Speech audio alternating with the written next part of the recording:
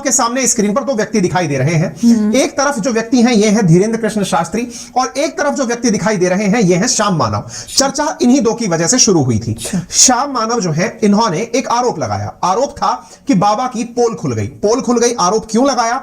क्योंकि इसके पीछे की कहानी थी कि इनका मानना था श्याम मानव का कि नागपुर में एक सभा का आयोजन किया गया था धीरेंद्र कृष्ण शास्त्री जी के द्वारा। उस सभा के अंदर बाबा को कुछ चैलेंज दिया गया था। चैलेंज था कि वे वहां रुके और श्याम मानव जी के द्वारा जो लोग वहां भेजे जाएं उन लोगों के बारे में कुछ जानकारी निकालकर बताएं। श्याम मानव जी ये बगैर ही नागपुर छोड़कर भाग गए और इन्होंने हमारी चुनौती स्वीकार नहीं की। हालांकि इनकी बात के बाद में धीरेंद्र कृष्ण शास्त्री जी का बयान आया और उन्होंने कहा कि हमें चैलेंज स्वीकार है, समय के अभाव में हमें नागपुर से जाना पड़ा, फिलहाल हम 2 दिन के लिए रायपुर हैं, रायपुर में दिव्य दरबार चल रहा है, आवश्यकता लगी तो हम 1 दिन और चलाएंगे और उस दिव्य दरबार में लोगों की शंकाएं या फिर जो उनसे जुड़े हुए प्रश्न हैं उनका जवाब देंगे। और अगर चाहते हैं, श्याम मानव चाहते हैं तो वे रायपुर पधारे, अपनी टीम को लेकर आए, हम उनके बारे में सारी जानकारी बताएंगे। ना केवल उनके बारे में बताएंगे बल्कि उनके आने जाने का खर्च भी हम उठाने को तैयार हैं। ऐसा कहते हुए धीरेंद्र कृष्ण शास्त्री जी के द्वारा अपना बयान दिया गया।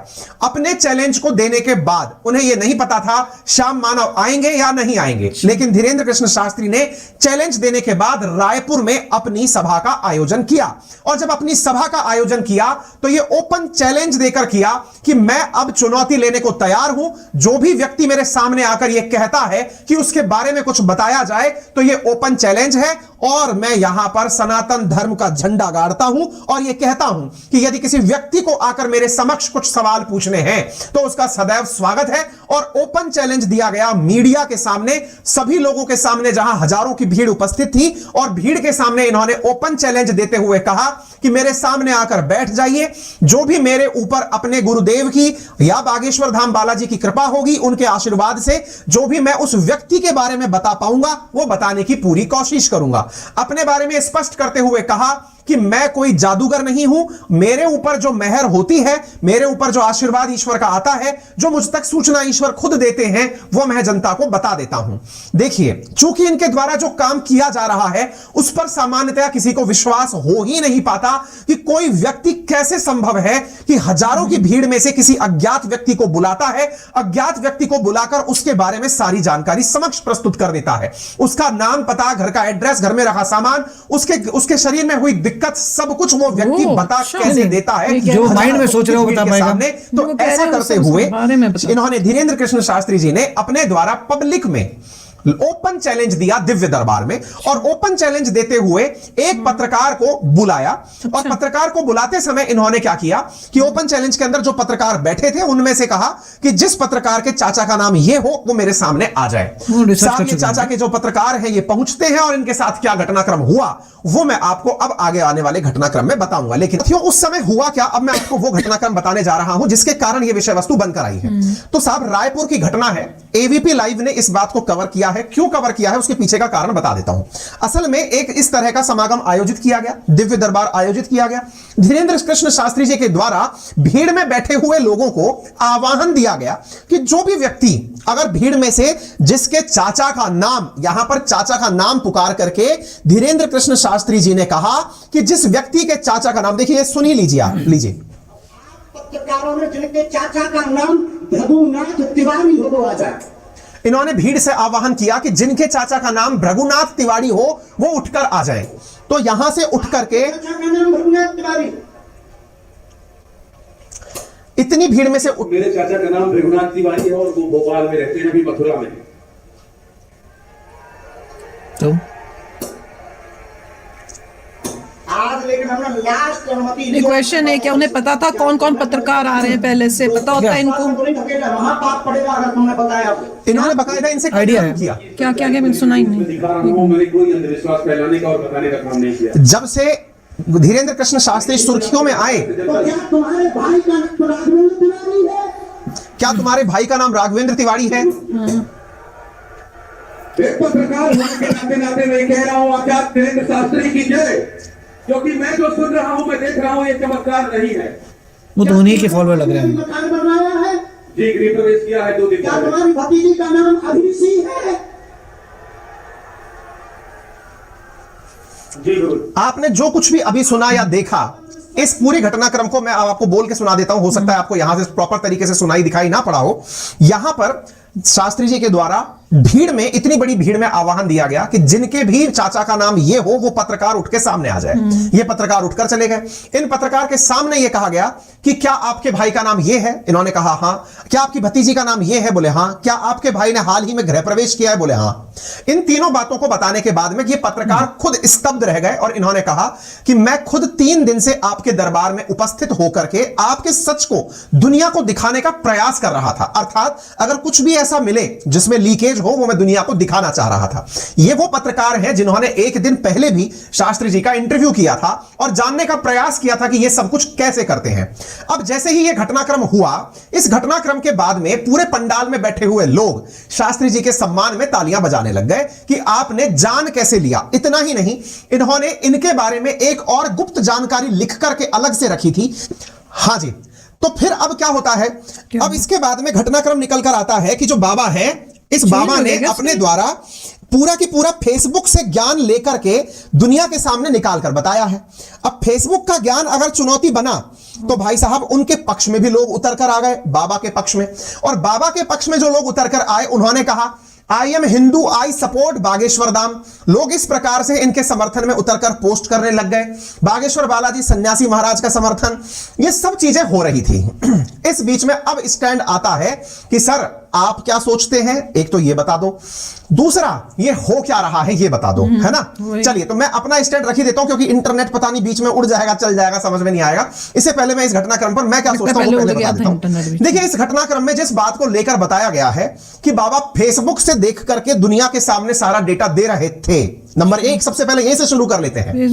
फेसबुक से देखकर बाबा दे रहे थे, तो सबसे पहला तो आंसर यह है जो मेरी तरफ से है कि बाबा ने अगर फेसबुक से देख करके भी जवाब दिया, भाई सीधी सी बात है ना, अपन तो एक सिंपल साधारण नागरिक की तरह बात कर लेते हैं। आप और हम कोई ना तो पत्रकार है ना कुछ है, सर्वसामान्य की तरह अपन बात कर लेते हैं। भाई साहब, अगर बाबा ने फेसबुक से देख करके भी जवाब दिया ना, तो भी ये बाबा है ना, हम सबसे ऊपर का बुद्धिमान आदमी है। चलो एक बार में इस बात को रफा दफा करते हैं। क्या बोल रहा हूं मैं? बाबा ने माना कि फेसबुक से जवाब दिया, पहला पॉइंट। अभी तो और तर्क वितर्क तो बाद में कर लेंगे हम। पहला तर्क है ये कि अगर बाबा ने फेसबुक से देख करके भी किसी व्यक्ति के 3 या 4 नाम बता दिए, अब मैं इसका आपको तार्किक आंसर दे देता हूं, उसके बाद में अपन और 150 दिन में से वो प्रतिदिन 50 व्यक्ति का भी जानकारी या पर्चा बता रहा हो। कह रहा हूं कि अगर एक व्यक्ति के 4 फैक्ट याद कर ले और 50 व्यक्ति का प्रतिदिन वो व्यक्ति दिव्य दरबार में जवाब दे दे। ध्यान से सुनिएगा, 4 फैक्ट प्रतिदिन 50 नागरिकों के बारे में याद करके आए, यानी एक दिन में 200 फैक्ट याद कर रहा है। 200 फैक्ट याद करके वो व्यक्ति 150 दिन इस प्रकार का परिचय दे दे। सिंपल मैथमेटिक्स लगाना भाई, मेरे को गणित नहीं पता आती, आप केवल बता दीजिए 150 दिन 200 फैक्ट, यार कितना नंबर हो गया? कैसे लर्न कर सकते हैं, याद रख सकते हैं? 150 कितने बंदे थे? 200 कमेंट बॉक्स में नंबर लिख दो। कम दिन के हजारों में नंबर चला जाता है। और मैं आपसे दावा करता हूं साथियों, यदि आप इतने फैक्ट खुद भी याद कर लो ना, यदि आम जन के नाते हम ये मान लें कि हम खुद भी याद कर लेंगे इतने नंबर, भाई साहब मैं कह रहा हूं आपसे कि नंबर कहीं और ही चले जाएंगे। हजारों की संख्या में फैक्ट्स यदि कोई व्यक्ति याद करके आपके सामने मंच पर प्रदर्शन करने भी आ जाए, तो वो कोई साधारण व्यक्ति नहीं है, वो कोई साधारण मनुष्य नहीं है। नंबर 30,000 पार हो रहा है। मैं कह रहा हूं तर्क करने वालों से एक बेसिक तर्क कर लीजिएगा कि ये बाबा मान लिया कि एक बार के लिए रट के फेसबुक से आया है, मान लो भाई, ठीक है। 150 दिन देश दरबार लगाता होगा, 50 फैक्ट। अब मैं कह रहा हूं 30,000 का नंबर 1/3 कर दो, 10,000 और 1/1/3 नहीं, 1/10 कर दो यार, 3,000।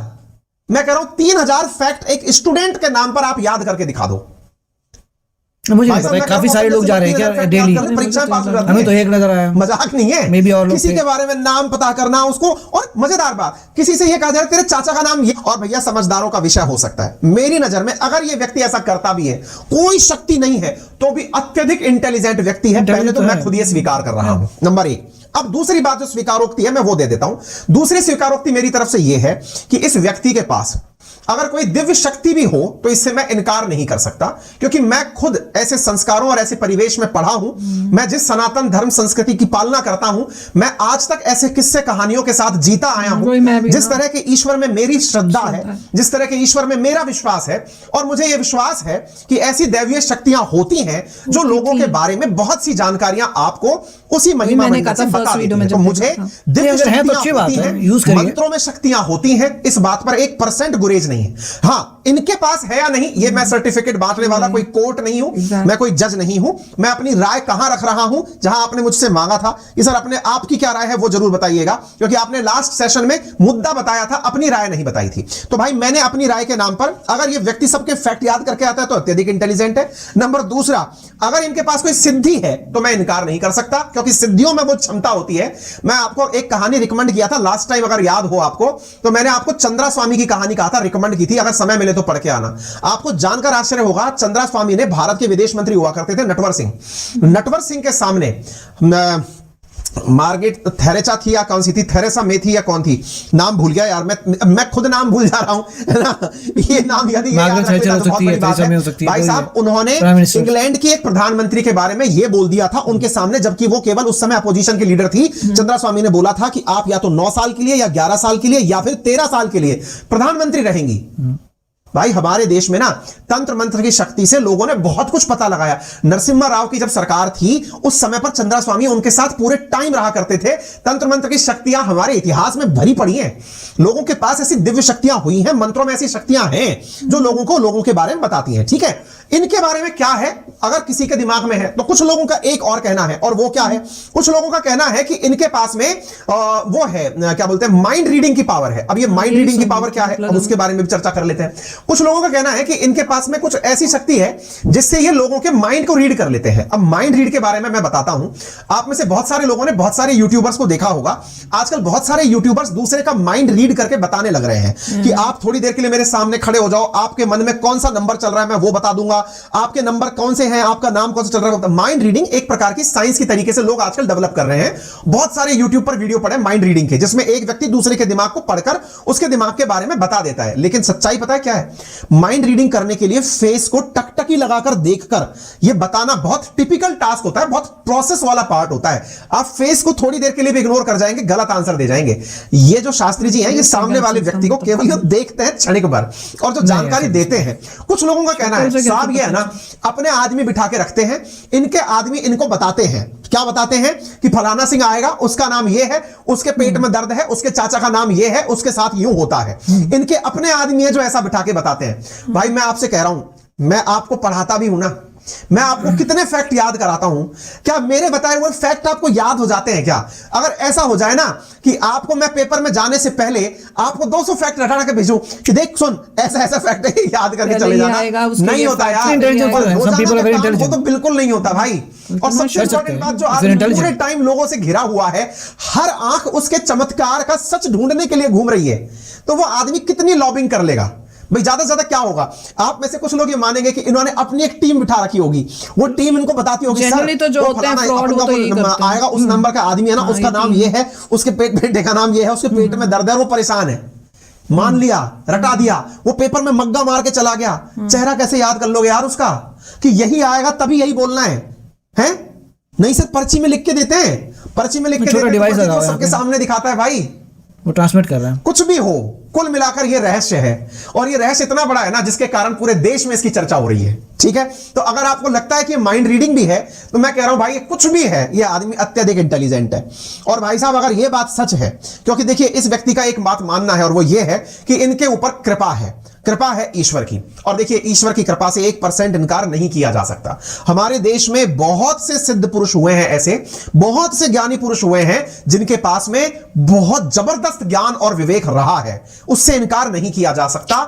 और यही व्यक्ति इस बात को बार बार बोलता है कि मैं सनातन धर्म का एक प्रवर्तक हूं और ऐसी स्थिति के अंदर लोग मेरे पीछे इसलिए पड़े हैं क्योंकि मैंने बागेश्वर धाम सरकार के नाम पर मिरेकल्स जो करने के नाम पर धर्मांतरण लोग करवाते थे उनकी घर वापसी करवाई है। असल में हुआ क्या है, कुछ दिनों पहले इन्होंने दिसंबर माह के अंदर मध्य प्रदेश के एक दमोह नामक जिले के अंदर लगभग 165 परिवारों के 328 लोगों को क्रिसमस के दिन घर वापसी कराई थी। उन्हें ईसाई धर्म से वापस हिंदू धर्म में कन्वर्ट कराया था। वो पहले कभी ईसाई धर्म के चमत्कार देखकर ईसाई धर्म में चले गए थे। इनका दावा यह है कि मैं लोगों को केवल यह बताता हूं कि अगर आप चमत्कार देख करके ही किसी दूसरे धर्म में गए हैं, क्योंकि ईसाई धर्म के अंदर कुछ चमत्कार दिखाए गए जिसकी वजह से लोग चले गए, तो चमत्कार को मैं भी दिखा देता हूं, मैं भी बता देता हूं कि आपके बारे में क्या है। अगर यही सब कुछ है तो आप वापस चले आइए। तो कुल मिलाकर जनाब बात यह है कि इनके द्वारा जो तर्क दिए गए हैं वो घर वापसी के थे और इन्होंने कहा कि जब मैंने ये काम किया तो इस वजह से लोग मेरे पीछे पड़ गए क्योंकि लोगों को लगा कि यह व्यक्ति वापस धर्मांतरण करवाएगा और धर्मांतरण करके वापस लोगों को हिंदू बनाएगा। ऐसी स्थिति में मुझे लोग पसंद नहीं कर रहे हैं और हाथ धो के मेरे पीछे पड़ गए। वही तो मैं कहती हूं, ये पीछे पड़े इतने लोग करते हैं। क्या सही क्या गलत अगेन मैं आपके ऊपर छोड़ता हूं। मैंने इसमें अपना जवाब क्यों दिया, उसके पीछे का बहुत बड़ा कारण था ये वो उस धर्मांतरण के समय की तस्वीरें हैं, क्योंकि आप में से बहुत सारे साथियों ने लास्ट टाइम वाले कमेंट बॉक्स में ये चीजें पूछी थी। कईयों ने मुझे मैसेज तक किए, आपने अपनी बात क्यों नहीं बताई, आप क्या सोचते हैं, आप तो साइंस के बालक हैं। मैंने कहा साइंस अगर थोड़ी भी तार्किकता देती है तो उससे मेरे दिमाग में तो एक आंसर आता है कि यदि ये व्यक्ति 3000 फैक्ट भी अगर साल भर में याद कर लेता है ना भाई, तो आईएएस मटेरियल है, ठीक है ना। ये अगर कोई इतना कर सकता है इसे इतना फैक्ट याद कर ले, पहली बात इसमें कोई शक नहीं है, मगर ये दूसरा एबिलिटी है धर्म के नाम पर साइंटिफिकली चेक करना मैं पड़ेगा। स्वीकार करता हूं सिद्धियां होती हैं, अगर इनके पास है या नहीं ये मैं दावा नहीं कर सकता क्योंकि मैं कोई जज नहीं हूं, मैं कोई प्रत्यक्ष प्रमाणी नहीं हूं जो वहां जाकर के प्रूव करके आया हूं। इसलिए मैंने अपनी तरफ से दोनों बातें आपके सामने रख दी, उनका पक्ष भी आपके सामने रख दिया, लोगों का पक्ष भी आपके सामने रख दिया, ठीक है। और रीडिंग की it is a good thing. पहली बात तो अगर एबिलिटी है बहुत अच्छी बात है, बहुत अच्छी बात है अगर है आप में एबिलिटी। दूसरा, साइंटिफिकली एक टेस्ट करवा लेना चाहिए जिससे लोगों को शांति मिलेगी कि वाकई ही एक इंसान है इंडिया में जो माइंड रीड कर सकता है।